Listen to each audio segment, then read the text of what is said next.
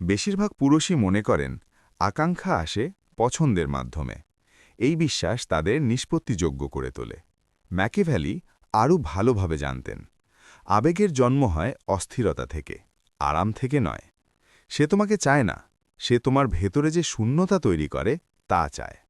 যখন সে নিরাপদ বোধ করে তখন আকাঙ্ক্ষা মারা যায়।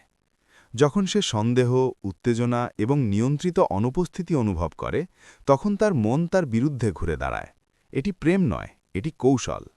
এই ভিডিওতে আপনি শিখবেন কিভাবে নীরবতার মাধ্যমে শক্তি তৈরি হয়, অনুপস্থিতি কিভাবে নিয়ন্ত্রণে পরিণত হয়, সংযম কিভাবে আবেশে পরিণত হয়। আপনি তাকে সান্ত্বনা দেওয়ার জন্য এখানে নন, আপনি তার চিন্তা ভাবনা দখল করার জন্য এখানে আছেন। এবং একবার আপনি এটি বুঝতে পারলেন, আপনি আকাঙ্ক্ষার পিছনে ছুটতে বন্ধ করুন এবং এটিকে নিয়ন্ত্রণ করতে শুরু করুন। একটি কৌশল, ক্ষতির হুমকি। আসুন আমরা অস্বস্তিকর কিছু দিয়ে শুরু করি। আকাঙ্ক্ষা আকর্ষণ দ্বারা তৈরি হয় না, এটি ত্রুটি দ্বারা তৈরি হয়। নারী মস্তিষ্ক যখন আপনাকে বোঝে তখন আবেশে থাকে না, যখন এটি আপনাকে স্থান দিতে ব্যর্থ হয় তখন এটি আবেশে থাকে। বেশিরভাগ পুরুষই স্পষ্ট থাকার চেষ্টা করেন, এই স্পষ্টতা তাদের নিরীহ করে তোলে। এখানেই সত্য, কেউ আপনাকে বলে না। একজন নারী যা চায় তার পিছনে ছুটতে পারে না, সে যা বোঝা বন্ধ করে দেয় তার পিছনে ছুটতে থাকে। যে মুহূর্তে সে বুঝতে পারে যে সে তোমার সাথে কোথায় দাঁড়িয়ে আছে, তার ইচ্ছা ভেঙে পড়ে। তোমাকে অপছন্দ করার কারণে নয়, কারণ মস্তিষ্ক ফাইলটি বন্ধ করে দেয়। আবেগ তখনই শুরু হয় যখন ফাইলটি খোলা থাকে। আবেগতভাবে খোলা নয়, যুক্তিসঙ্গতভাবে খোলা। যখন আপনি বিষয়ের কাছাকাছি থাকেন কিন্তু শ্রেণীবিন্যাস প্রতিরোধ করার জন্য যথেষ্ট অসঙ্গত। গরম নয়, ঠান্ডা নয়, অমীমাংসিত। এখানেই ক্ষতি প্রবেশ করে। আপনাকে হারানোর ভয় নয়, আপনার জগতে তার অবস্থান হারানোর ভয়। বেশিরভাগ পুরুষই এই পার্থক্যটি মিস করেন। মহিলারা অনুপস্থিতিতে আতঙ্কিত হন না, তারা প্রতিস্থাপনের জন্য আতঙ্কিত হন। অন্য মহিলার জন্য নয়, আরেকটি অগ্রাধিকার। এখানেই আঘাত। মহিলা স্নায়ুতন্ত্র আপেক্ষিক গুরুত্ব পর্যবেক্ষণ করে, স্নেহের জন্য নয়। আপনাকে পছন্দ করা যেতে পারে এবং এখনও অপ্রাসঙ্গিক। আপনাকে সম্মান করা যেতে পারে এবং এখনও প্রতিস্থাপনযোগ্য। ইচ্ছা তখনই বৃদ্ধি পায় যখন তার অবস্থা অস্থির মনে হয়। তাকে উপেক্ষা করার মাধ্যমে সেই অস্থিরতা আসে না, এটি আসে সেই কাঠামোর বাইরে যা সে তোমাকে স্থাপন করেছে। এটি কেবল তখনই কাজ করে যখন তুমি আসলে বিকশিত হচ্ছ। ব্যস্ত থাকার ভান করো না, দূরের কাজ করো না, রহস্যময়তা প্রদর্শন করো না। তোমাকে অবশ্যই সে যে সংস্করণটি ইতিমধ্যে বোঝে তার সাথে ভুলভাবে মিলিত হতে হবে। যখন তোমার রুটিন ঘোষণা ছাড়াই পরিবর্তিত হয়, যখন তোমার উপলব্ধতা ব্যাখ্যা ছাড়াই হ্রাস পায়, যখন তোমার শক্তি বৃদ্ধি পায় কিন্তু তোমার ব্যাখ্যা করে না, তার মন তথ্য অনুসন্ধান শুরু করে। কেন সে আলাদা? কি পরিবর্তন হয়েছে? আমি কি তাকে ভুল বুঝি? এটাই ফাটল। মস্তিষ্ক প্রত্যাখ্যানের চেয়ে ভুল গণনাকে বেশি ঘৃণা করে। এখন আরও গভীর কিছু। ত্রিকোণীকরণ অন্যান্য মহিলাদের সম্পর্কে নয়, এটি সামাজিক স্থানচ্যুতি সম্পর্কে। তার মনে করতে হবে যে তোমার প্রতি তার মানসিক প্রবেশাধিকার আর একচেটিয়া নয়, তবে প্রত্যাহার করা হয়নি। এখনও অনুমোদিত নয়, কেবল কেন্দ্রীয় নয়। তুমি প্রমাণ পোস্ট করো না, তুমি প্রতিযোগিতার ইঙ্গিত দাও না, তুমি নিশ্চিতকরণের অনুপস্থিতিকে ক্ষতি করতে দাও।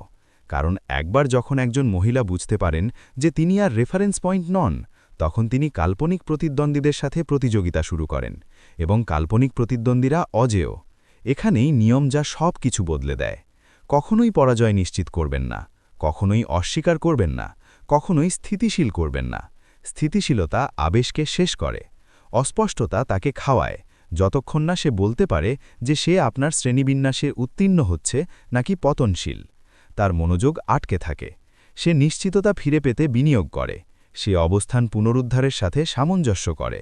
সে উদ্বেগ কমাতে সংযুক্ত থাকে, কারণ সে আপনাকে ভালোবাসে না, কারণ তার মস্তিষ্ক অমীমাংসিত অবস্থা প্রত্যাখ্যান করে।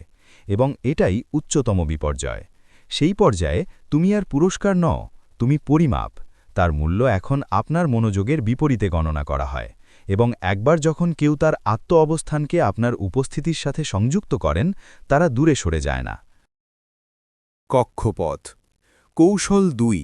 সে ক্ষত রক্ষা করে না। এমন কিছু আছে যা বেশিরভাগ মানুষ কখনো বুঝতে পারে না।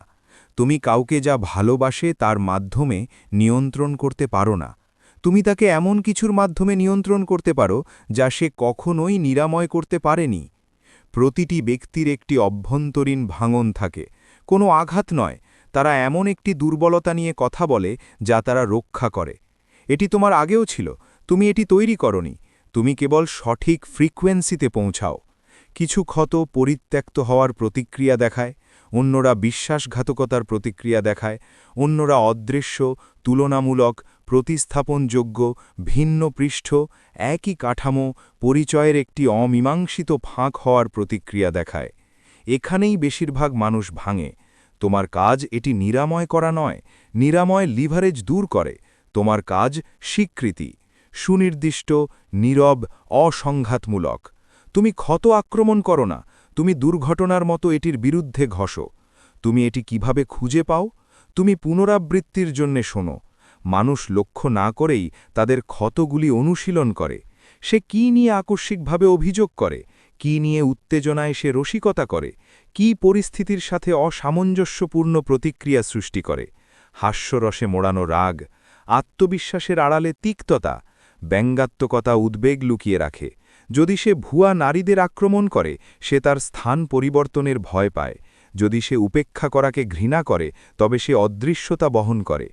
যদি সে দাবি করে যে সে কাউকে বিশ্বাস করে না, বিশ্বাসঘাতকতা ইতিমধ্যেই ঘটেছে।